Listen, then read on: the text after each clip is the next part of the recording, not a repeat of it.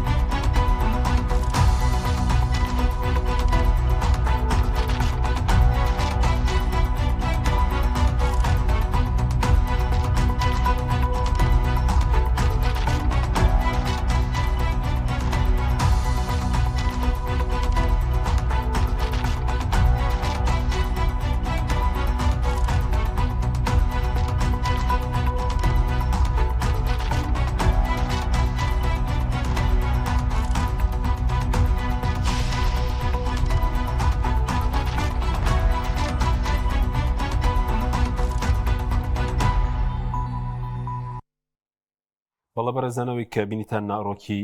ئاگربەست و یاخود ڕێکەوتنی ئاگربەست بوو لە نێوان هێزەکانی سووریای دموکرات و هێزەکانی حکوومەتی سووریا با نەخشەی سووریاش ببینی ئێستا نەخشەی دابەشبوونی سووریا گەر هاوکارانمان بێخەنە پەخشەوە ئەوەی کە ئێستا دەیبینین نەخشەی ئێستای سووریا کە لە نێوان هێزەکان دابەش کراوە ئەو بەشە زەردەی کەماوە لە بەشی ڕۆژهەڵاتی ڕووباری فورات لە پارێزگای حەسەکە و لە ڕەقا بەشێکی بڵێن پارێزگای ڕەقا و لە کۆبانێک کە سەر بە حەلەبە و قامیشلو ئەم ناوچە زەردە ئەو ناوچەنن کە بە زۆری کوردنشینن کە ئێستا لە دەستی هێزەکانی سووریای دموکرات داماوە بەڵام بەشی بڵێن بەشێک لە ڕەقا لەلایەن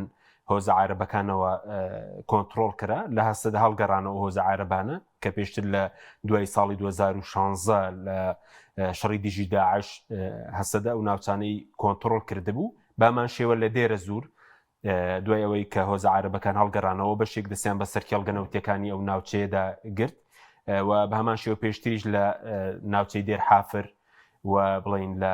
مەسکەنە کە سەر بە حەلەب بوون و تەبقەش بڵێنەر کشاونەتەوە ئێستا و ڕەنگە زەردەی کەماوە ئەو ناوچانن کە هێزەکانی سووریای دموکرات ماون و ئێستا ئاگربەست ڕاگەنراوە و بەشە سەوزەکەش کە دەیبینین ئێستا نەخشەی هێزەکانی بڵین حکوومەتی سووریا حکوومەتی شەرع و بەشی خوارەوەژ ئەو ڕەنگە قاوەیە کە دەیبین ئەوە ناوچەیە کە ئیسرائیل کۆنتڕۆڵی کردووە لە جەبەل شێخ و هەروە بەرزایەکانی جۆلان بەشەشینەکەش بەشی خوارەوەی بڵێن باشووری دیمەشق دروزەکانن کە لەوێن ئێستا نەخشەکە بەم شێوەیە پێشتر ئەو ناوچانەی کە هەسەدە لەژێر دەستی بوون نزیکەی لە 25 بۆ سی خاکی سووریا لەز بوو بەڵام لە ماوەی 8 ڕۆژی ڕابردوو لە نزیکەی نوێی ئەو خاکەی کە لە دەستی بوو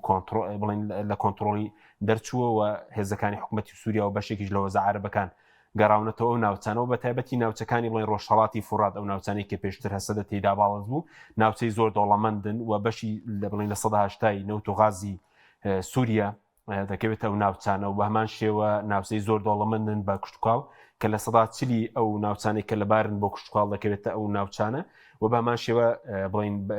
بەنداوی فوراتی لێبوو کە هەم بۆ بەرهەمێنانی کارەبا گرنگ بوو هەم بۆ سەرچاوی ئاوی خواردنەوە کە هێزەکانی حکوومەتی سووریاویشان کۆنتترۆل کردووە بەڵام بەنداوی تشنی ژماوە کە لە دەستی هێزەکانی هەسەدەیە و بە پێ ڕێکەوتنەش بێت دەبێت هێزەکانی سووریای دموکرات تێکەڵ بکرێن ئەوەی کە نەخشەکەی بینیتان دابەشبوونی نفوزی ناوچەکانە کە ئێستا نەخشەکە بەم شێوە ئێستا ئەگەر بەست ڕاگەنداوە لە نێو هێزەکانی سووریا و هێزەکانی بڵێن هەسەدا دیارە هەریگە لە ئەمریکا وڵاتانی تیژڕۆڵیان هەبووە لەو ڕێکەوتنەی کە کراوە دەچینە لای میوانەکانمان کاکتۆر بەخێر بێن سوپاسیامە دەبوون دەکەین دەمەوێت سەرنجی بەڕێزە بزانم بەرلۆی کە بچینە سەر ئەو ڕێکەوتنەی ئاگر بەست بۆچی بڵێن هۆکاری چی بۆ ئەوەی کە ڕوویدا لە ناوچەکانی ژێر کۆنتترۆڵی هەسەدە تقریبن ئەگەر بڵێن نزیکەی نیوەی ئەو خاکە کە پێشتر لە دەستی بوو لە ماوەی چەند ڕۆژێک لە دەستیدا هۆکارەکە چی بوو ڕێکەوتنێکی نێودوڵەتی هەرێمایەتی بوو و ئایا بابڕیارش بوو بینە ڕۆژهەڵاتی فورات چکە پێشتر بازەکە تەنها ڕۆژاوی فورات لە هەسەدە وەردەگیرێتەوە بەناوی خوای گەورە و میهرەبان سڵاو ڕێز بۆ بینەران و بیسرانی کەناڵی ئاسمانی پەیام بۆ بەڕێستان و ڕەخسانی ئەم دەرفەتە بێگومان ئێمە زانین لە دەی ئازاری ساڵی پارا ڕێکوتنامەیەکە بوو لە نێوان ئەحمەد شەرع سەرۆکۆماری کاتی سووریا و هەروە مەزلوم عەبدی فەرماندەی هێزەکانی سووریای دیموکرات لە ڕۆژاوای کوردستان لە کۆتایی خاڵی هەشتەم و کۆتایە بێ لە ماوەی ساڵی پارا جێبەجێ بووایە و کۆتایەتە بارێت جێبەجێکردنەوە بەڵام ئەو بوو جێبەجێ نەبوو کە جێبەجێ نەبوو خۆتان ئەزان هەم تورکیا بە حکمیەوەی کە بوونی قاوارەیەکی کوردی و هێزی چەکداری هەسەدەی بە مەترسی لەسەر ئاسایش خۆیزانی چەند جار جەختی کردەوە کە دەبێت جێبەجێ بکرێ ئەوە بوو لە دوجارە وتیان لە کۆتایی ئەم ساڵ ئەگەر جێبەجێ نەکرێ هەڵوێستی خۆمانە بێ بێگومان لە کۆتاییەکانی ساڵی پارە و ڕێکوتنامەیەک بە ئامادەبوونی ئەمریکا بە میانگیری فەڕەنسا و بە هاوکاری پشتیوانی تورکیا لە نێوان سووریا و ئیسرائیلە تقریبا لە پاریز هاتە ئاراوە حکوومەتی سووریا دەستکراوە بوو بە گوێرەی ئەو ڕێکوتنامەیە کە ناوچەکانی نفوزی خۆی بەرفراوان کە پاساوی جێبەجێ نەبوون و ناتنە پێشەوی هەسەدە بوو بە پاڵنەر و هۆکارێک بۆی حکوومەتی سووریا ئەو ناوچانە فراوان بکە و بەشێکیشی ئێمە زان کاک حەکیم حکوومەتی نوێی سووریا ئەگەر تێبینی پێن ناوچەکانی دیمەشق و حیمس و حەما و حەلەب دەرامەتی سروشتی کانزاکان و هەروەها کشتتوکاڵ و هەروەها نەوت و غازی سروشتی کەمتر لێیە بەشێکی زۆری لە ڕقە و دێدر زورایە کە لەژێر دەسەڵاتی هەسەدا بووە و پێشتریش ئێمە ئەزانین لە ڕێکوتنامەی دەی ئازارە تقریبا ئەحمەد شەرع و مەزلوم عەبدی کە ئەحمەد شەرع بە سیفەتی سەرۆکۆمار و مەزلوم عەبدی کە فەرماندەی هێزەکانی سووریا دیموکراتە لە خاڵەکانە هاوسەنگن یعنی هەوەکو دوو کەسی بەرامبەر بەڵام ئەگەر سەیری ئەم ئاگر بەسە بکەین تقریبا یعنی جێپەنجەی بەسمەی ئەحمەد شەرع و حکوومەتی سووریایە وەکو حکوومەت بە بەسەریا زاڵە و تقریبا ئەبوو حکوومەتی دیمەشق لە ڕوانگەی خۆیەوە ئەو ناوچانە بخاتەوە ژێر دەسەڵاتی خۆی بۆ ئەوەی بتوانێت ئیدارەی ئابووری و کاروباری ئیداری و ئابووری دەوڵەتی سووریا پێبا بەڕێوە بۆیە ئەم ئاگر بەسە تقریبا خاڵخستنە سەر پیتەکانە کە لە ڕێکوتنامەی دەی ئازارە ینی خاڵەکان تقریبا مەتاتین بۆ نمونە ئەڵێ هێزەکانی سووریا دیموکرات ئاوێتەی سوپایی نوێی سووریا بکرێن بەڵام کێشەکە لەسەر ئەوە بوو هەسەدە ئەیود ئێمە بە گروپ بە تایبەتمەندێتی خۆمان سووریا پیداگر بە فەرد و تورکیاش کە جەختی لێکردەوە کە نابێ ئەوان بە تایبەتمەندێتی و بە گروپ بۆیە ئەگەر تێبینیکەین ئەم خاڵانە بەشێکی تەواوکەری ئەو خاڵانەی دەی ڕێکوتنامەی دەی ئازارە هەتا لەم لێرە کە بڵێن پارێزگەکانی ڕقە و دێرە زور کە چنۆژر دەسەڵاتی حکوومەتی سووریا وەروەها ناوچە سنووریەکان ڕێڕەوە سنووریەکان کێڵگەکانی نەوت و ئەوانە جێبەجێکردنی خاڵی چوارەمی ڕێکوتنامەی دەی ئازارە دەمت كافة المؤسسات في شمال شرق سوريا إلى إدارة الحكومة السورية بما فيها المعابر وحقول النفط إلى آخره. يعني ريك جێبەجێکردنی خاڵی چوارەمە بەڵام ڕوونتر لێرە ڕوونتر بەڵام بە هەژمونی دەوڵەتی سووریا و حکوومەتی سووریاوە. بۆیە ئەمەی کە ڕوویە بەرئەنجامی ینی جێبەجێ نەبوون ڕێکوتنامەی دەی ئازارە بە هەریەکە بە پێداگیری خۆی دیارە ڕەنگە کوردی ژوای دانابێ کە وەکو بە هەمان شێوەی دروزەکان ڕەنگە ئەمە درێژە پێشێت پشگیری زیاتر لە کورد بکەن بە حکومی بەشداری شەڕی داعشی کردووە ناوچەکانی کێڵگە نەوتەکان لەژێر دەسەڵاتی و ئەمریکا سوودی لێبینێ بەڵام دەرکەوت ئەمە ڕەنگە ئەم خوێندنەوەیە بۆ جۆرە نەبێ و ئێمە یەک شتیشمان بیر نەچێت کاک حەکیم ڕووداوەکانی سووریا لە ڕوخانی ڕژێمی ئەسەدەوە هەتا ئەم چرکە ساتە دابڕاو نییە لە وێناکردنەوە بەرجەستەکردنەوەی پرۆژەی ڕۆژەڵاتی ناوەڕاست جارێکی تر. یعنی تۆ ئەم حکوومەتەی کە ڕووخاوە ئەم حکوومەتەی کە لە دیمەشق دامەزراوە ئەمریکا ئەتوانێت زۆر ڕۆڵی گەورە بۆ ئەمریکا ببینێ لە داهاتوە چۆن تورکیا ڕۆڵێکی گەورەی هەیە لە کاراسانیکردن بۆ جێبەجێبوونی پرۆژەکانی ئەمریکا لە ڕۆژەڵاتی ناوەڕاست کە هاوپەیمانن لە ناتۆیە بە هەمان شێوە ئەم حکوومەتە ئەتوانێت. بۆیە ئەمریکاش ڕەنگە لە ئەوروپاش بە تایبەتی فەڕەنسا گەشتبێتە و قەنەعەتەی ناکری ئەوان بیانەوێت دەستکاری سیستەمی سیاسی لە ئێران بکەن دەستکاری قارسکردنی هێزە شیعەکان لە عێراقن ئەگەر گرژی و کێشەیەکی گەورە لە ناو وڵاتی سووریا ما بێت کە بە یەک نەگەیشتن و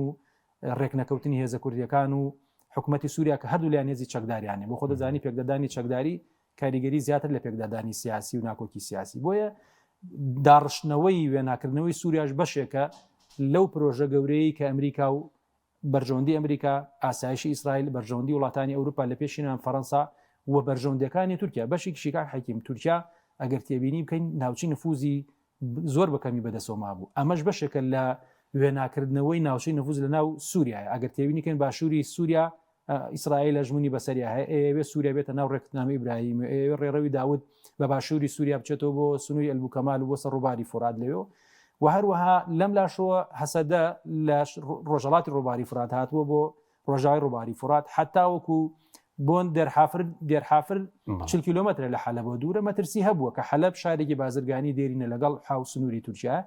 ناوچەی نفوزی تورکیاش پێویستی بۆ فراوان بێت لە ڕێگەی پشتگیریکردنی حکوومەتی سووریاوە لە ڕێگەی بەهێزکردنی پێگەی دەوڵەتی سووریا و حکوومەتی ئەحمەد شەرعەوە بۆیە ئەمانە پەیوەندیان بەو هەموو هاوکێشانەوەی کە جارێکی تر ڕۆژەڵاتی ناوڕاستی گەورە داڕژرێتەوە بۆ خۆتان چەند ڕۆژی بەر لە شەڕەکانی ئەشرەفی و شێخ مەقسوود ئێمە شاهێدی ئەوە بین کە ترەمپ هەڕەشەی بەکارهێنانی گورجی سەربازی لە ئێران کردو و خۆپیشاندانەی لە ئێرانەیە بۆیە بارودۆخەکان بۆ بیرمان نەچێ یعنی ئێستا هێزەکانی سووریا حکوومەتی دیمەشق هاتوونەتە سنووری ئەلبوکەمال دێرە زوور گیراوە بەشێکێرە زۆری ڕقەیراوە ڕێک هاتوونە سنووری عێراق بۆیە هەر دەستکاریکردنیەکی گۆڕانکاری سیاسی و چەکداری لە عێراقا ڕەنگە حکوومەتی ئەمریکا پێویستی بە هێزی ئەحمەد شەرع بێ بۆ تەداخولکردن لە ناوچەکانی ئەمبار و ئەلبوکەمال و لە ناوچە سنووریەکان. سوپاس دەکەم دێمە خزمەتت نەبچینی لای کاک شێرزاد لە هەولێرە و کاک شێرزاد سوپاسیان بەدەبوونی بەڕێزش دەکەین دەمانەوێت سەرنجی بەڕێژی بزانین لەسەر ئەو ڕێکەوتنەی ئاگربەستە کراوە ئایا زەمانەتی جێبەجێکردنی هەیە و کاک دکتۆری ئاماژەی پێکە زیاتر بڵێن هەژمونی حکوومەتی سووریای بەسەردا زاڵە و هەردوو پارێزگای ڕقە و دێرە زوور وەردەگرێتەوە لە هێزەکانی سووریای دێموکرات بڵێنە و پارێزگای کە بە دەستی کوردە دەمێ حەسەکە لە ڕووی داریەوە و کۆبانێش کە سەر بە حەلەبە.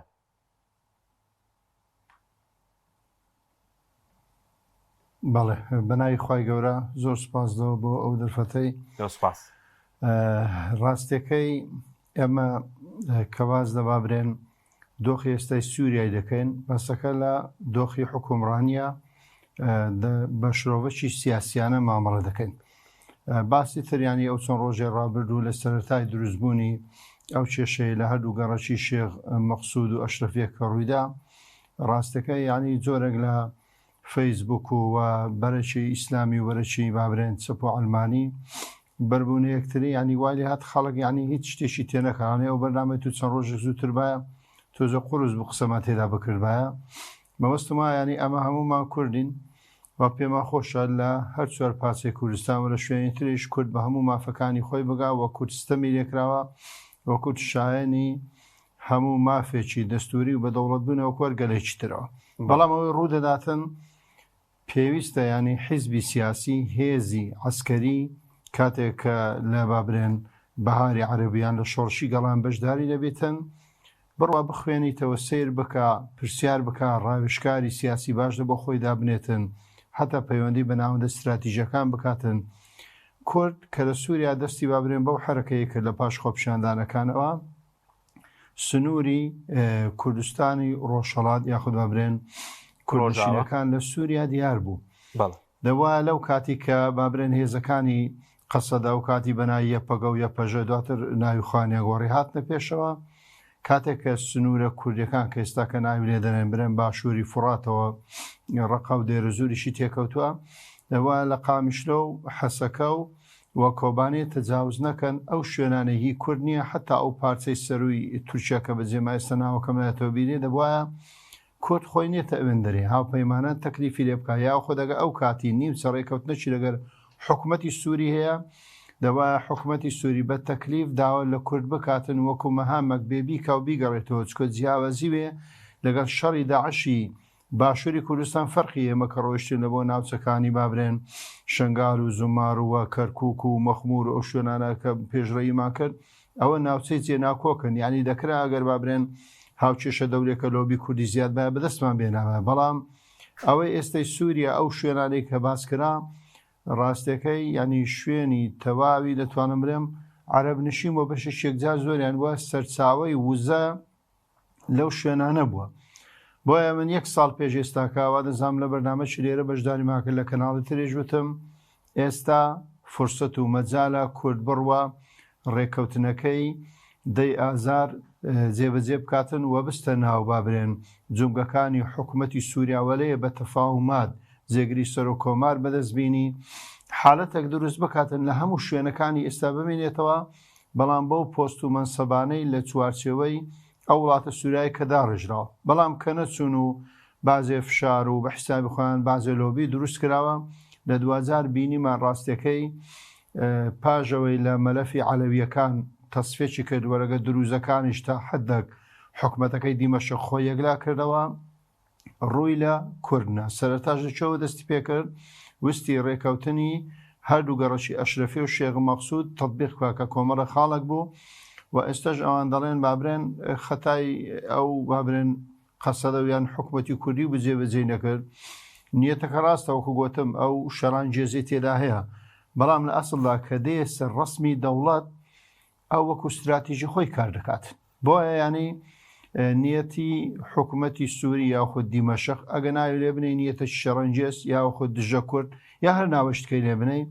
بەڵام لە 2000دا ڕاستەکەی ئەمریکانی ئێستا هەریەک لەمە و پرسیار لە خۆمان بکەین بۆچی کە بڕیاریدا ئەسەد بڕوخێنیتن بۆ ڕۆیشت ڕێکەوتنی لەگەڵ ئەحمەد شەرع و ئەو جەماعەتەی کرد خۆی لە ئەسڵدا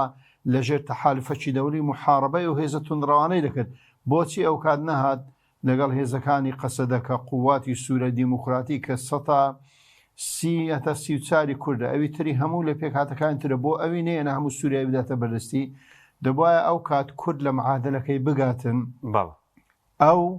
هاتۆتە ناو معادلە و هاوچێشەی ئەمریکای تێدا هاوپەیمانانی تێدا ئەمنی ئیسرائیلی پارێزرا و ئیسرائیلی تێدا نییە ئەوەی کە ئێستاکە باسکرانی ئیتفاقە کرا و ئیسرائیلیش تێدا ئیسرائیل بەس زمانی ئەمنی خۆی دێتن لەبەرەوەی خۆی کۆمەڵێک برێن فشاری لەسەرە بەڵام ئەمریکا تورکیا و محوەری سونی سعودیاش تێدا کە کاریگەری لەسەری هەیە ئەو حکوومەتی ئێستاکە هەمووی بابرێن فەرشی سووریان بۆ ڕای خست کە سووریایە کە دەدەینە بەردەستی هەموو سنوورەکانی لەژێر دەستی خۆتبی بەڵام دەبی ئەو هێزانە ڕێک خێەوە وەزارەتی بەرگری ڕێک بخێەوە و لۆ زانیاریشتان زۆربەی بابرێن قیاداتی پێشووتر هەمووی دەرنەکران غەیریان دە قیاداتی عەلەوی ئەو بابەتانە نەبیتن و ئەو کات سەرۆکی ئەنجومەنی وەزیرانی کە لای بەشار ئەسەدی بوو هەندەسەشی عەسکەری زۆر باشی دانێ و ئەو هێز و چەکەی کەما بوو بازێکی نەبێ ئیسرائیل هەندە قەسفی کرد تۆزێک ترسیە بوو داعش دەستی بگاتێ بەو تەختی تەواتێ بۆی حکوومەتی سووریا هەر ناوەشی لێدەنێ ئەو خۆی دەرێ بە شەرعێتێکی نێودوڵەتی پشتبەستوو بە هاوپەیمانان و ئەمریکاوە من دەمەوێ فەرزی سەیتەرەی دەوڵەتی سووریا بکەم بەسەر هەموو سنوورەکانەوە دەبایە قەسەدا و بەڕێز مەزلوم عابدی کە بەڕاستەکەی پێشتر زۆر باشینە لە زۆربە ڕێکەوتنەکان بە شێوەیەک بچوو با پێش ئەزمموی 2023 هەرێمی کوردستان لەوەی دووبارە بکاتەوە ناویان لە پێشمەرگەینا حرس الحدود ئەگەر نا ئێمەش لە 2004 یان 2005 تووشی ئەو حالەتە ئێستاکەی سووریای دەبینەوە بەڵام ئەو کاتی قیادەی سیاسی کورد لە مەجلیسی حکوم کە زۆربەی سەرکردەکانی تێدا بوو بەلایانی ئۆپۆزیسیۆنی ئێستاش بازێش تێدا بوو بڕیاریاندا و دەتوانم بڵێم تەسفێکرا هێزی پێشمەرگەش ماوە و سوڵتە ئیداری و عسکەری و ئاسایش و پۆلیسیش ماوە عێراقیش بنیادی دەوڵەتی خۆینا و تووشی ئەو حالەتەی ئێستاکەی دۆخی ڕۆژئاوای کوردستان نەبووی. بەڵێ سوپاس دەکەم دوای دێمەوە خزمەتت کاکتۆر سەلام بێمە خزمەت بەڕێزت سەبارەت بە و گرێبەستە و سەبارەت بە چارنووسی هێزەکانی سووریای دموکرات ئەگەر جێبەجێ بکرێت کەواتە هێزەکانی سووریای دموکرات نامێنێ بە پێم ڕێکەوتنە بێت چکە دەڵێت تاک بسناوە اینجا و ناوچانە هەموو لە کورد ئێستا بەس پارێزگای حەسەکە و کۆبانی ماوە کە لە کورد بڵێن لەو ناوچانە یاخوڵی ناوچە کوردنشینەکان کوێن ئەوانەی سووریا بەتایبەت ئێمە زانین کە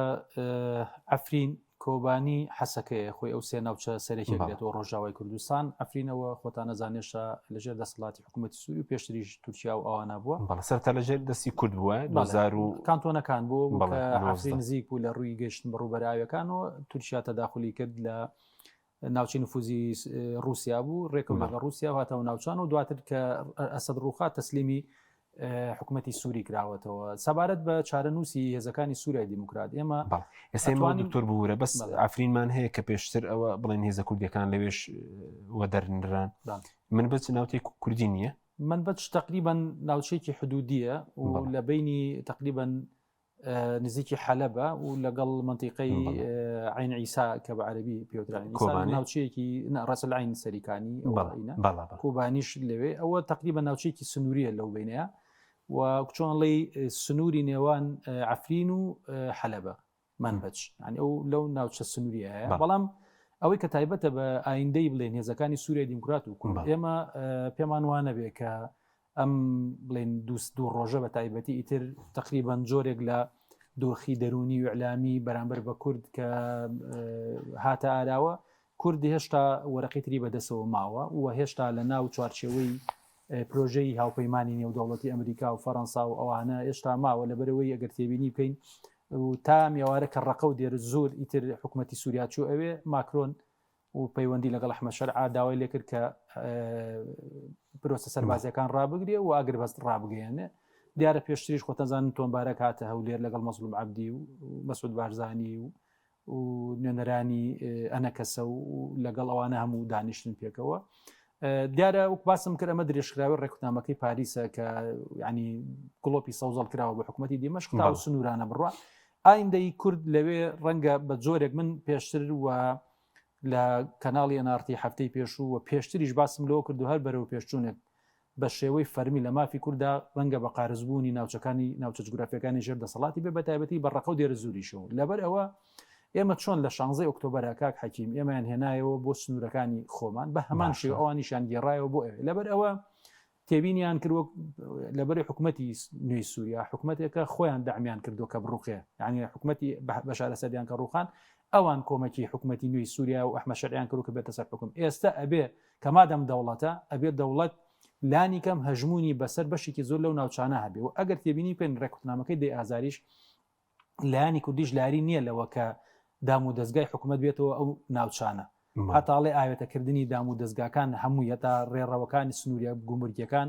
خاڵە گومرگیەکان کێڵگەکانی نەوت و غاز هەر هەمی هەسەدەش کورد ڕێکەوتۆ لەگەڵ حکوومەتی سووریا لەدەی ئازارە بەڵام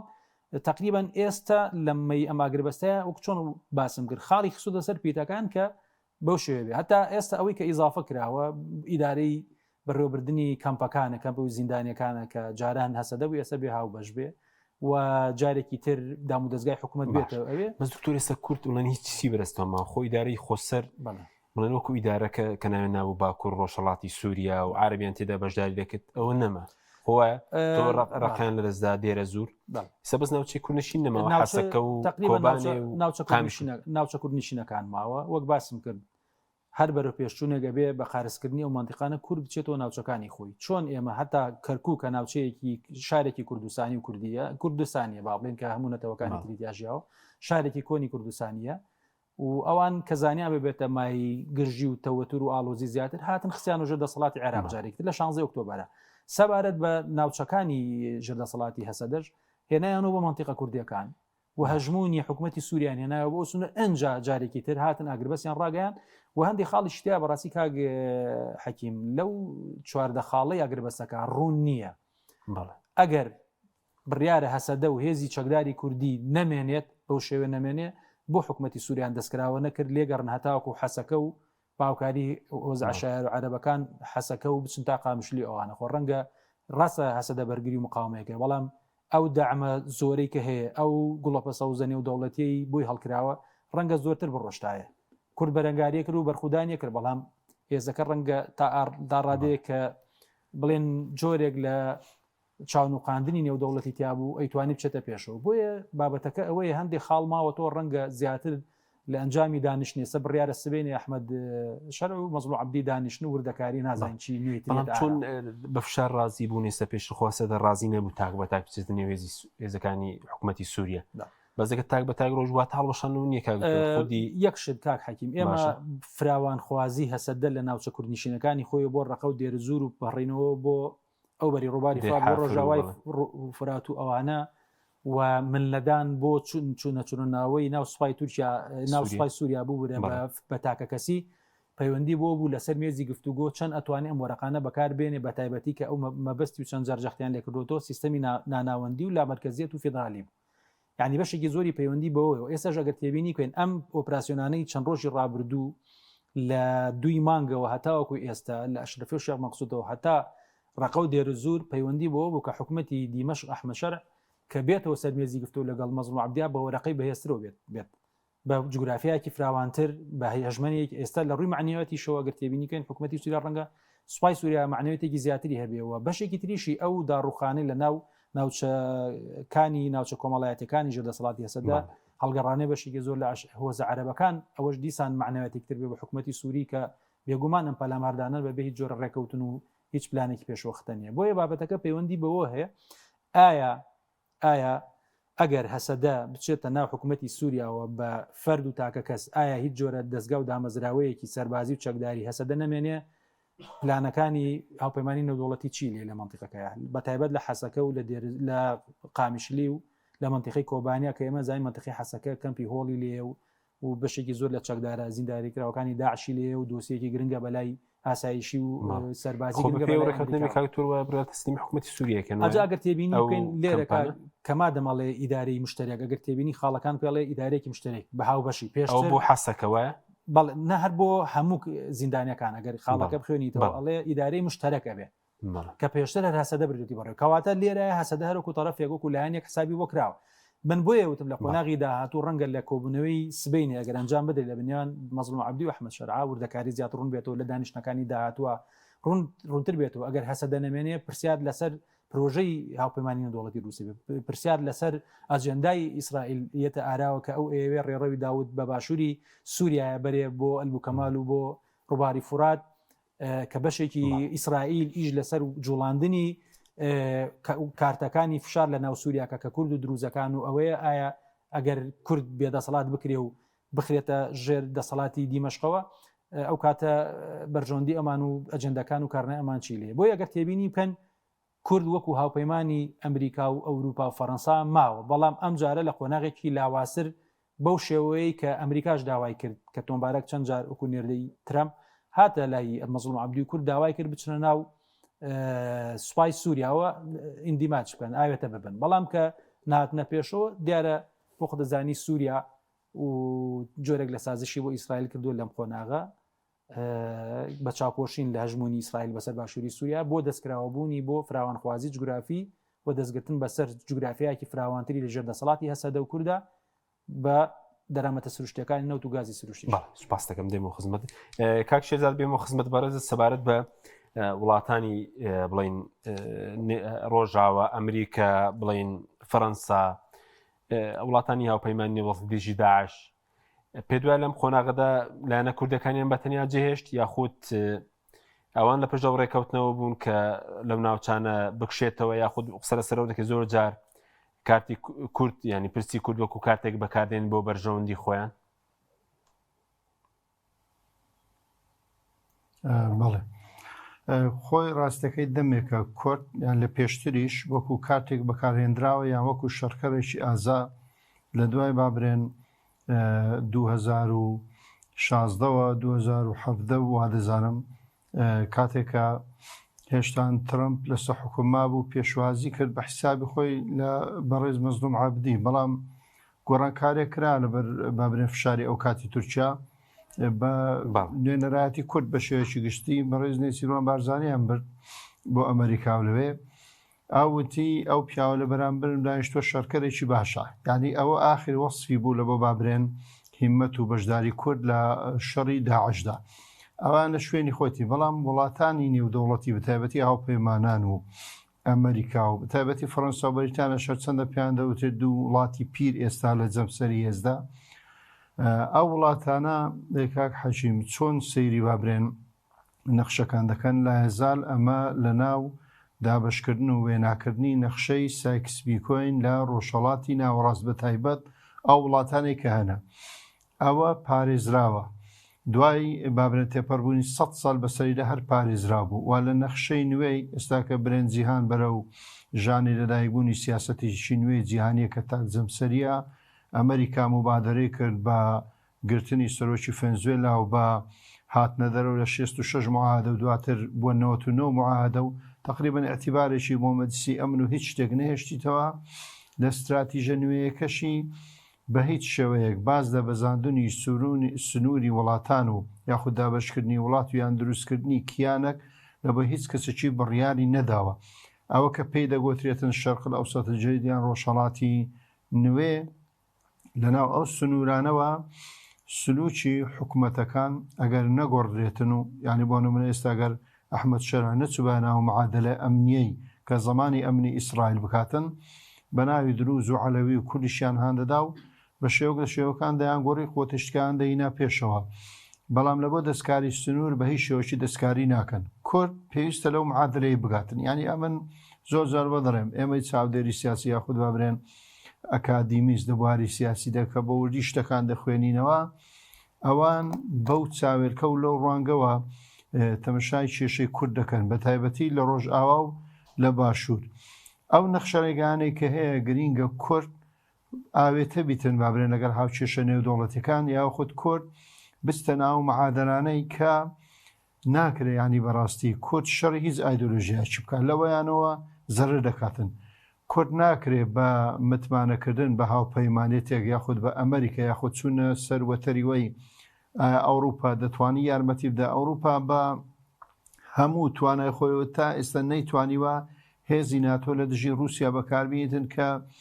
ئۆکرانیا داگیر کردووە کە هەموو وڵاتانی ئەوروپا بە حساب پاڵپشتین ئەگەر ئۆکرانیا بکەوی حسابکە ئەوروپا بە زۆرێک لە زۆرەکان دەکەوتە ژێر هەژمونەشی زۆری رووسیا یان بابرێن پێدەگوترێ بنکۆڵکردنی جەرگ و هەناوی ئەوروپا بۆیە ئەوروپا نایە شەڕ لە بۆ کورد بکایەوە خۆت بە شێوەک لە شێوەکان پێش لەو هێزەی بگری لە بۆ کورد هاتیە چکە خۆی ئەو حکوومەتی دروست کردیە وڵاتانی دەوروبەر فریامان ناکەوی ئەوەیش تاکەشت کە فریامان دەکەی بە تایبەتی ینی زۆر زار دەڵێمەوە ئەمە لە باشوور لە مامەڵەکردنمان لەگەر بەغدا لە بیدایەتیەوە تاوەکو بابرێن 2014 زۆرێک لە مۆفەقیەتی تێدا بچکە ئەو کات ئەو قۆڕخکاری لە گۆڕ نەبووەکو ئێستا کا بە تایبەتی کرد و حیزبی دەسەڵاتدار دەیکەن پێویستە ئێستا بە تایبەتی لەوێن دەرێ جەماعەتی ئەنە کە سەوبەرەکانی تر ئەوە دیارە لە هیچ مەعادرەشی جیان نەکرایتەوە یەک دوو بانگوازیان بۆ کرە بەڵام ئێستاش لە هیچ هاوکێشە و گفتوگۆیەک دانینە ئەوەی هەیە و نییە خودی قەسەدەیە بە سەرۆکایەتی بەڕێز مەزلوم عابدی و ئیدارە خۆسەرەکان گرنگاوانەدا بنیشن لە ناو خۆیانەوە وەرەقەچی کوردی جوان ئامادە بکەن لەگەڵ بابرێن ئەو داواکاریانی وڵاتانی هاوپەیمانان هەیەتی و ئەوەی کە حکومەتی سووریا حتا کالۆ دەستور نەچونە پێش کاک حەچیم ڕوا بکە گەمە لە 2005 مەلە جڕەمان بکردبای وەکو کورد نەچووبایە ئەو دەستورەی ئەگەر ئەو بەندەماندانە نابایە سێم حافەزە برێن نەخێر ئەو دەستورێت جامدە ناگۆڕدرێتن ئێستا حکومەتی عێراقی بە قانونی تریان دەستورەکە دەستکاری بکرابایە ڕەنگە هەرێمی کوردستانی هەر بۆ شانباو بە تایبەتی لە پاش 16 ئۆکتۆبەری 2007ەوە بۆ ینی گرینگە کورد ئێستا ئەو هەڵانە ئەو فراغانە بقۆزیتەوە بڕوە و هەندێک مادەی برێن مەتاتی دەستوری کە ئێستا و دەستورێدانە کورد نەچوە شتی تێدەکرا ئەو ڕێکەوتنانە بە بازێک داواکاری ترەوە بە ئامادەبوونی بابرێن نوێنەرانی ئەوروپا ئەوانەوە ئەگەر بکرێ وەکو لۆبی بەکەرەبێن بڕۆن شتێک لە دەستوری سووریا بنووسنەوە یان داوا بکەن ئەو مەرسومە بچێتە ناو دەستوری سووریا بە هەندێک تعدیلات و باشترکن لۆ کردەوە پێماوە تاکە دەرگایە ئایندەی ڕۆژئاوای کوردستان و مافەکانی کورد لە سووریا دابین بکە لە غەیریەوە تۆ پەنالە بۆ هیچ تشکە بەی هیچ وڵاتە لە گۆی زەوی ئامادەنیە بێ پشتیوانی لۆ بکە بەشەکە لە وڵاتەشی لە بۆ دابڕێژی وەکو بابرێن ئەمری واقع بێ مامەڵەکە بکە ئەگەر هەرێمی کوردستان پێشمەگەی نەکرد بە حرەس حدود و نەچووبای ناو پرۆسی سیاسی لە عێراق ئێستا هەرێمیش بۆ دەردەی دەڕۆی بەڕاستی دەبە قووەتی عێراقی بڕوە لە حاجی ئۆمران و لە ئیبراهیم خەلیل و لە باشماخ و پێنجوێنیشەوە خۆی چواردەورەی هەرێمی کوردستان بگریت. باڵ سوپاس دەکەم کاکتۆر سەلام سەبارەت بە ڕۆڵی وڵاتانی بڵین وڵاتانی دەرەوە ئەمریکا بڵین تۆمبارەك ڕۆڵی خراپیە لەسەر ڕۆژئاوای کوردستان یاخودەوە سیاسەتی ئیدارەی ترامپ جێبەجێ دەکا بە هەمان شێوە لە هەولێر بوو ئێستا ئاژانسی هەواڵی هەوار نیوز شتێکی بڵاوکرێت و دەڵێ ئەو ڕێکەوتنەی ئاگربەستە لە هەولێر داڕێژراوە دوێنێ کە مەزنوع عەبدیش لێ بوو واللهی پێچێەوە وابێت چکە ینی ئەمڕۆ کە مەزنوع عەبدی نەچۆتە دیمەشق ئەحمەد شەرە ببینێ و ئەحمەد شەر ئیمزای کردو و تۆمبارەك پێشتر ڕۆشتۆ ڕەنگە پێشتر ئەو ڕژنووسە لە هەولێری مەزنوع عەبدیشی لەسەر واژۆکەی تا نردویەتی بە ئۆنلاین واژۆکەی هەنەوە تا خۆی دوێنی واژۆی کرد لە هەولێر وایە خۆی کاک حەکیم بابەتی ئەوەی کە ئەم ئایا ڕۆڵی خراپی بینێ تۆمبارەک کە نوێنەری ڕسمی ترامپە ئەڵبەت نوێنەری جێبەجێکردنی سیاسەتەکانی ئەمریکا لە ڕۆژڵاتی ناوڕاست بە خوتی ترەمپیشۆ کە سەرۆکی ئەمریکایە بابەتەکە ئەوەیە ینی من لە چەند شوێنی کرد باسم کرد پێما بێ هەر لێرە ینی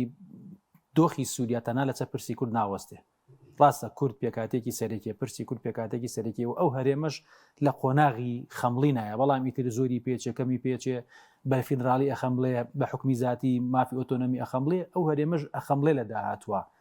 بەڵام بابەتەکە ئەوەیە بەرژەوەندی وڵاتان شتێکە بەرژەوەندی و خەونی ئێمە شتێکی ترە و من لە حەزەکەمەوەش بڵێم من لە بەرنامەی هەفتەی پێشوو لە هەواڵەکان لێرە و پێشتریش باسم کردو بەڕاستی من ئێسش جەختی لەکەم و کاک حەکیم بە پێداگرتن لەسەر مافی ڕەوای کورد بەڵام چارەسەری پرسی کورد لەم قۆناغە بە سیرکردنی استراتیج و سیاست و پلان و بەرنامە و کارنامەی وڵاتانی زلێزی ئەمریکا و هەموو بڵین وڵاتە بەهێزەکانی ناوچەکە پرسی کورد لە سووریا لە دیمەشق چارەسەر بێ لە عێراق لە بەغا چارەسەر بێ لە ئێران لە تارانە چارەسەر بێ و لە تورکیاش لە ئەنقەرا چارەسەر بێ لەبەر ئەوە ڕاستە ئێمە ڕەنگە مافی خۆمان بێسەر بە خۆی ژوەرگری بەڵام ئەو واقعی کە هەیە ئێستا وا باشترە کورد ئەگەر یەکشت لێرە بەدەست بێنێ باشترە لە دوی دەرەوە کە وعدی پێ بدرێ و عەدەکە و کارتێکی فشار بەکار بێنرێت ئەم بابەتە پەیوەندی بەوە هەیە بۆیە ئەمریکا وەک باسم کرد ڕاستە پشتگیری پرسی کوردی کردووە بەڵام ئەگەر تێبینی بکەی لە ڕابردووە بەشی هەرە زۆری شاندە سەربازیەکان بۆ ڕۆژاوای کوردستان نەچوون شاردە فەرمیەکان بۆ دیمەشق چوون کەواتە هەر لە دەستپێکەوە دیمەشق جارێکی تر لە ڕوخانی ڕژێمی ئەسەدە وەکو پایتەختی دەوڵەتی سووریا مامەڵی لەگەڵ کراوە لەسەر ئاسی ئەمریکا و نێودەوڵەتی بۆیە ئەگەر تێبینی بکەین ڕاستە ئێمە هێشتا پشتمان لێ نەکراوە و حسابی ئێمە کراوە لە دوای ئەمڕۆژ پشتیان تێکردوونی ئێستا چکاوە شتێکردنەکە چییە لە دێرە زوو بڵین لە ناوچەکانە بخشانەوە دوای قوربانێکی زۆریان نەدا هزار کەس دەکرێت لە شەڕی داعش وەڵامەکە ببەسمەوە بە ڕۆڵی تۆمبارەکە و تۆمبارەك ڕەنگە بە ئەسڵ عەرەبی بێ لوبنانی ئەوە بێ و مەسلحەتی زیاتر لەگەڵ ئەم منتیقە ئەم دەوڵەتە سووریە چەندێکە باجەدا و لەژێر سیستەمیش 56 ساڵی ڕژێمی ئەسەدایە و پێچوانی بەرژەوەندەکانی ئەمریکاکەم هاوڵاتێکی ئەمریکا لامان کاتیشا بەڵام پەشێکی پەیوەندی بەوەیە بەرژەوەندی ئەمریکا کاتێکە بێت کە بە هەسەدە بڵێ بەگوێی بکات و ڕاستە هەسەدەش نەچۆ ژێرباری هەندێک داواکاری نەچۆ ژێرباری هەندێک خاڵ جێبەجێ بکە لە ڕێکوتن نامەکەیە یعنی وردەکاریەکەی من لێرێ خاڵیکە باسەکەم کە پێشتریش باسم کردەوە بەڕاستی سووریای ئێستان بارە دۆخی ناوخۆی سووریا ئێستا لە غیاب و نەئامادەی پرۆژەیەکی نیشتیمانی چ لە دیمەشق و لە ناو لە تێڕوانینی ئەحمەد شەرع و دەسەڵاتی دیمەشق و چ لە ناو هێزە کوردەکانیش لە ڕۆژاوای کوردستان با ئێمە هەندێک ڕخنەش بگرین کاک حەکیم یعنی لە ڕۆژاوای کوردستانیش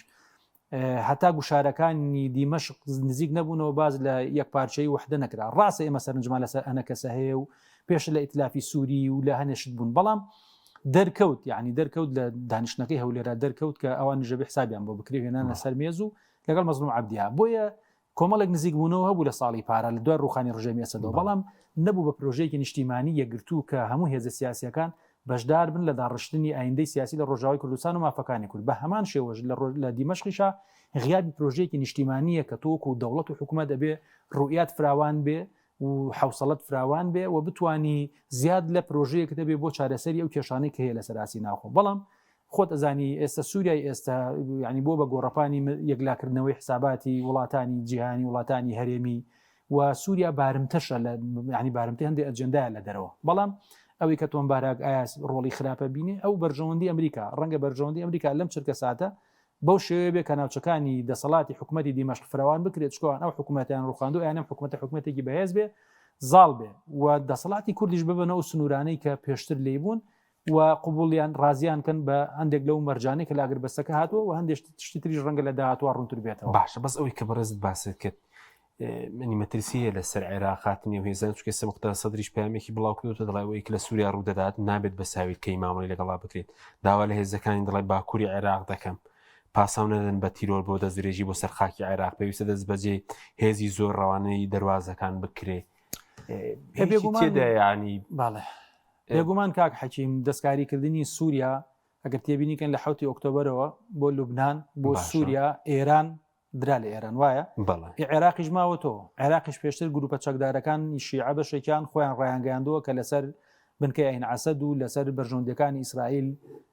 مای مەترسی بوون و بە ئامانجیان گرتوون و ئەگەر دەستکاری ئێران بکرێ ئایا دەستکاری عێراقیش ناکرێ بێگومانە ئەڵام کی ئەیکا ئەمریکا بکشێت کشاوەتەوە لە عێراق بەشێکی زۆری ئەو کاتە لە ڕێگەی و هێزانەی کە وەکو سووریاوە سووریا سنووری لەگەڵ عێراقا لە ئەلبوکەمالە ئەتوانێ بپەڕێتەوە و ئێمە ئەزانین بەشێکی زۆری سونە لە عێراقا هەیە و ئێستا ئەگە ئەم ڕووداوانەش ببینین کاگە حەکیم لە ڕوخانی ڕژێمی سیاسی لە عێراق لە 2023 و باڵانسی شیعە بەرز بۆتەوە لە ئاسی ڕۆژهەڵاتی ناوەڕاست و جیهان بەتایبەتی لە ڕۆژهەڵاتی ناوەڕاست و ناوچەکە باڵانسی سوناتۆتە خوارد ئێستا ئەمریکا تقریباً ئەیباتەوە بۆ سەرەوە یعنی ئەگەر سەیری گۆڕانکاری ناوچە سونیەکان نزیک دەبن لەیەکەوە بەس ئەگەر بڵێن هێزەکانی حەشتوانە لە سنوورەکان هۆزە عەشایرەکانی دێر زۆریان سونەن کاگین کە ئەمڕۆ ئەو ناوچانیان هاوکاری حکوومەتی سووریان کرد و سوپای سووریا خستیانەوە سەر حکوومەتی سووریا حکوومەتی دیمەشق کە ئەوە ڕێک هاو سنوورە دێرە زۆر هاو سنوورە لەگەڵ باشە ڕۆڵی هەرێم یاخود بڵێن ڕۆڵی پارتیچە لە ڕووداوەکانی سووریا چکە سەرۆکی سووری ئەم ڕۆژ ناوی هێناوتی ئەو کەسانی کە قسەیان کردوێت لە دۆخی سووریا ترامپ بووە تۆم باراک بووە جێگری ترامپ بووە میری قەتەر بووە تورکیا بووە ئەردەن بووە مەسعود بارزانی بووە ڕۆڵی ئەوان چییە؟ ئێمە زانی کە هەرێمی کوردستان لە پێشتری پرۆسیاسی یەکێک لە جەمسەرە گرنگەکان و سەرەکیەکان بووە لە ئێسش لەم گۆڕانکاریانەی لە ڕۆژهەڵاتی ناوەڕاستە ڕۆدەن هەرێمی کوردستانی تایە یعنی دووەمین یەکەمین باڵۆزخانەی گەوری ئەمریکا لە هەولێرا کراوەوە لە ڕۆژهەڵاتی ناوەڕاست دیارە پەیوەندی بە گرنگی پێگەی هەرێمی کوردستانەوە بەڵام هەرێمی کوردستان چۆن ئەم ڕۆڵە بەکارێنێ ئەمە زۆر گرنگە ئێمە هیوادارین ئەو ڕۆڵی کە هەرێمی کوردستانی ڕۆڵی پارتی بۆ ئەنەکەسەیە یاخود بۆ کوردانی ڕۆژئاوا بەگشتی ئێمە ئەزانین کە پارتی دیموکراتی کوردستان پێشتر چەند جار داوای کردووە لە دەسەڵاتدارانی ڕۆژاوای کوردستان کە ئەنەکەسەر بەشداری پێ بکە و من باسم کرد لە غیابی نەبوونی پرۆژێکی نیشتیمانیە ئەوانیش ڕەنگە بێبەش بووبن و پارتیش گلەی و نیگەرانی هەبوو بێ و ئێستا تقریبا لە ڕێگەی ئەم پێشا تازانەوە هاوکێشەکە تۆزی هاوسەنکەنەوە کە ڕۆژاوای کوردستان لەسەر پرۆژەیەکی نیشتیمانی یەکگرتو سەرجەم هێزە نیشتیمانی و سیاسەکان یا بەشدار بن بۆی بتوانن پێکەوە بچنە سوپاس دەکەم دیمەشق هەر گفتوگوی بکەن لە ئایندەدا سوپاس کاکتۆر کاک شێرزاد بێم و خزمەت بەڕێزت سەبارەت بە ئایندەی ئیدارەی خۆسەر بەڕێز چۆنی دەبین چکە پێشتر بڵین زۆر قسە لەسەرەوە دەکرا عارەبەکان بەشدارن لە ئیدارەی خۆسەر تورکمان کورد بەڵام ئەوەی کە ئەمڕۆ بینیمان چی پێوتین لەبارەی بۆ من هەڵگەڕانەوەی هۆزە عارەبەکان لە هەسەدا وەتەنانەت سەرۆکی وەفدەی کە هاوسەرۆکی بڵین ئیدارەی خۆسەر کە لە بڵین لە ڕەقا ئەویش هەڵگەڕاوەوە کە پێش سەرۆکی وەفد بوو بۆ سووریا بۆ گفتوگۆکردن لەگەڵ سووریا چی تێدا ینی هەڵگەڕانەوەی هۆزە عارەبانەش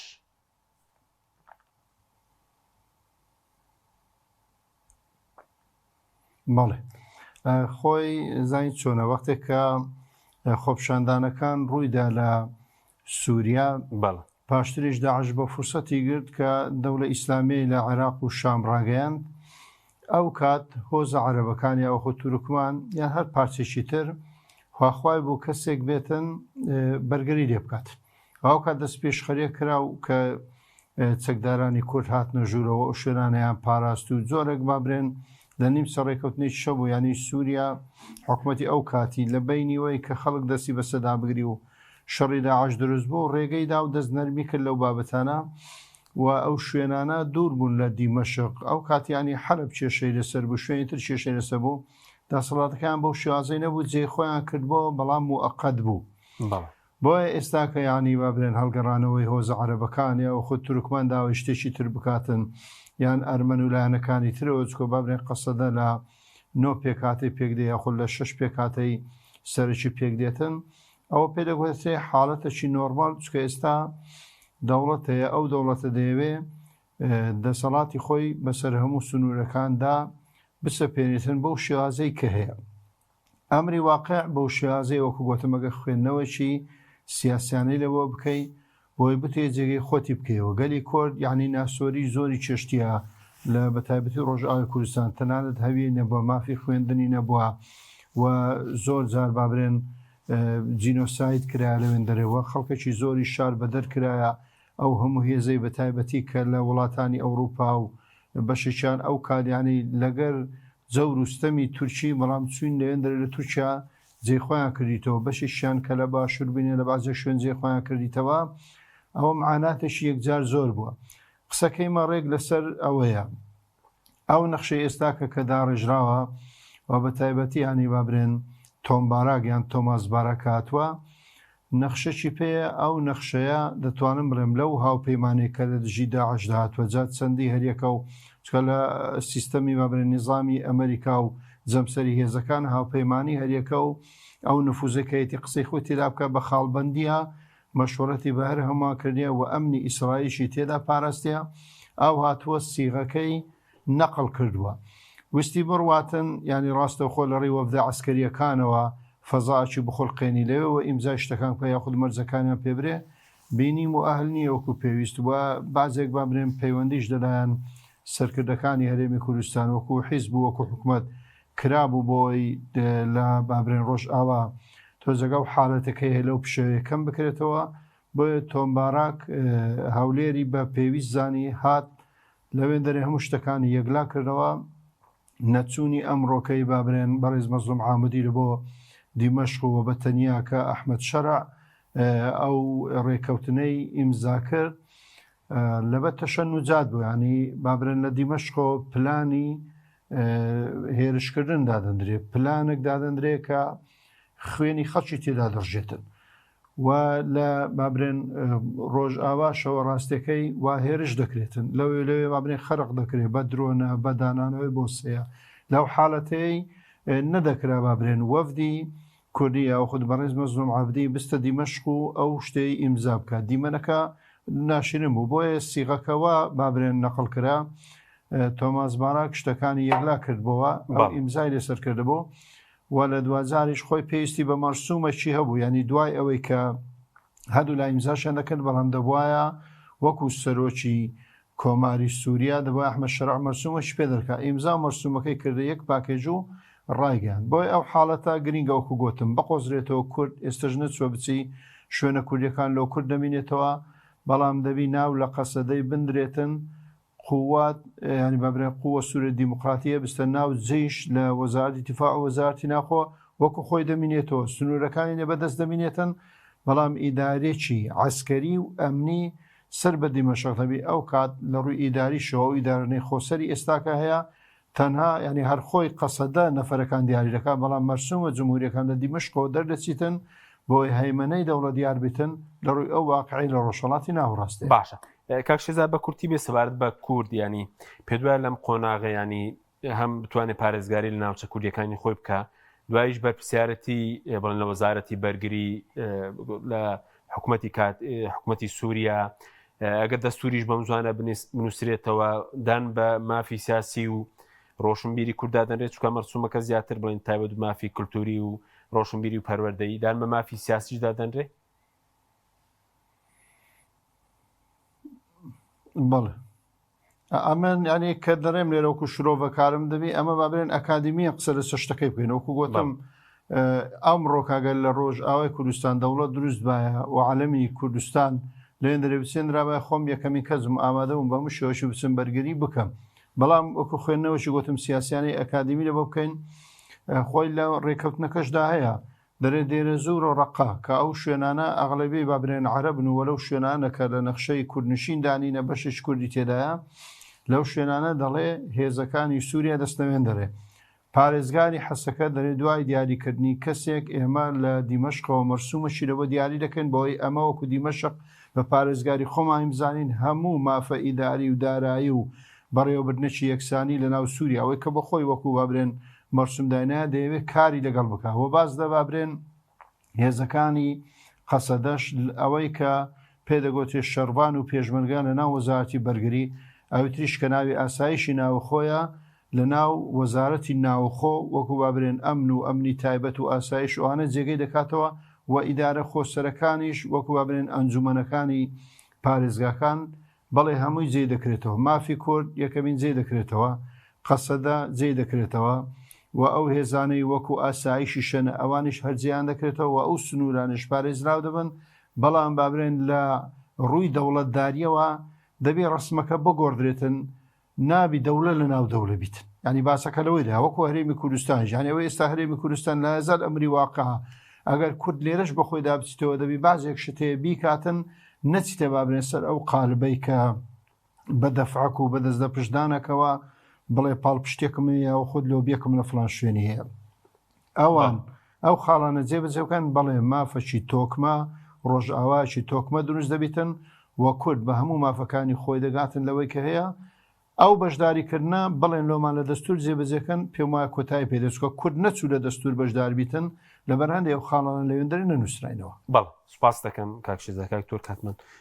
کەمیش ماوە بەس دەمێستەنجی بەڕێز بزانم سەبارەت بە بڵین داهاتووی ناوچە کوردیەکان و سەبارەت بە تورکیا ئەو ئامانجەی کە هەی بوو بڵین هێزەکانی هەسەدا زۆر ینی نەمێنن ئیدارەی خۆ سەر نەمێنێ ئەو ئامانجەی هاتە دی وە کاریگەریشی نابێت لەسەر پرۆسەیاشتی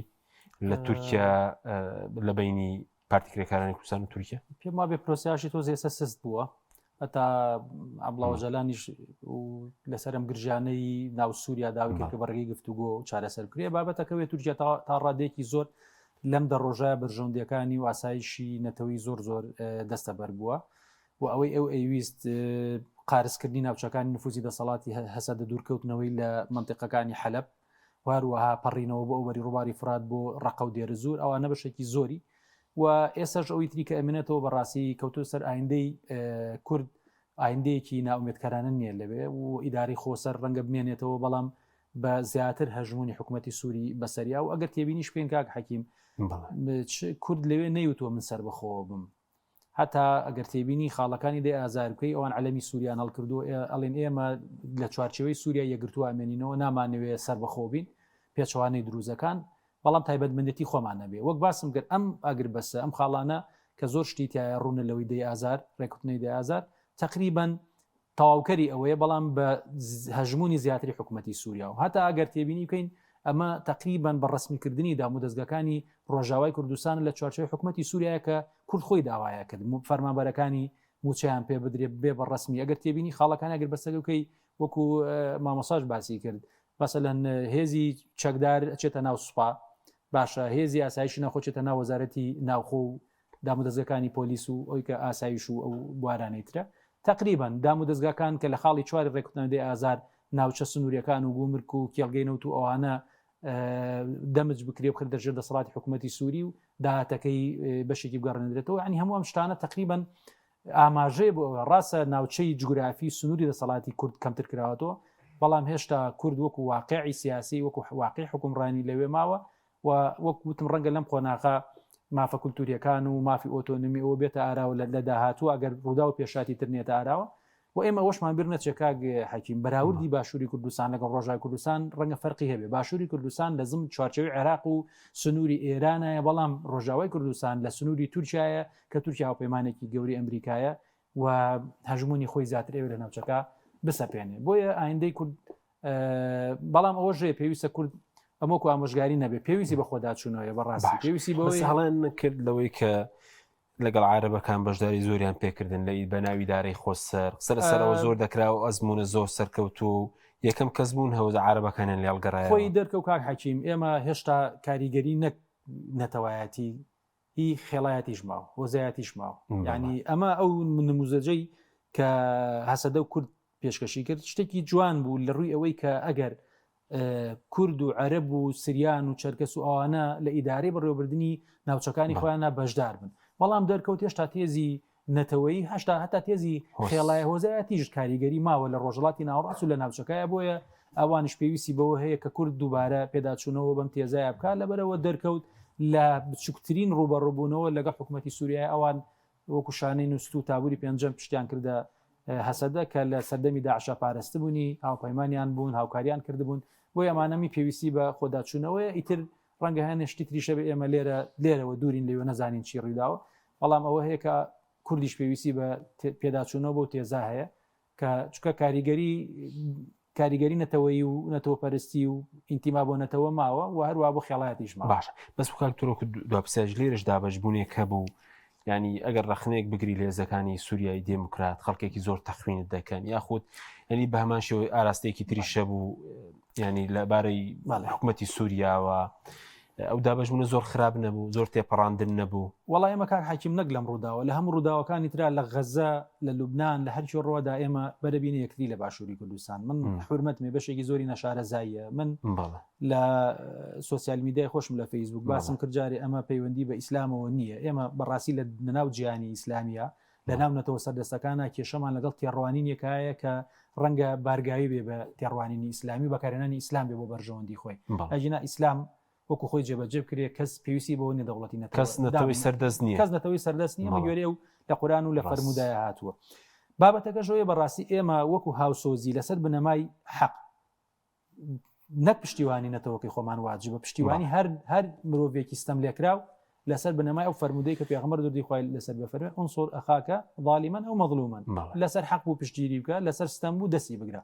بۆیە ئێمە ئەو دابەشبوونە داژوونێکی خراپە و ئێمە ئاشتی کۆمەڵایەتی هەتا من لەسەر ڕووداوی هێنانە خوارەوەی و تاربێژەکەش کەوتم بەوە پێشاتێکی مەترسیدارە و دووبارە بوونەوەی زۆر مەترسیدارە ئێمە لە هەردوو لا کە پێویستە وتاربێژەکان کە خزمەتی زۆریان کرد و ڕۆڵی کاریگەریان لە بوارەکانە هەبوو ئەوانش پێداچوونەوەی بکەن بەشێکیان و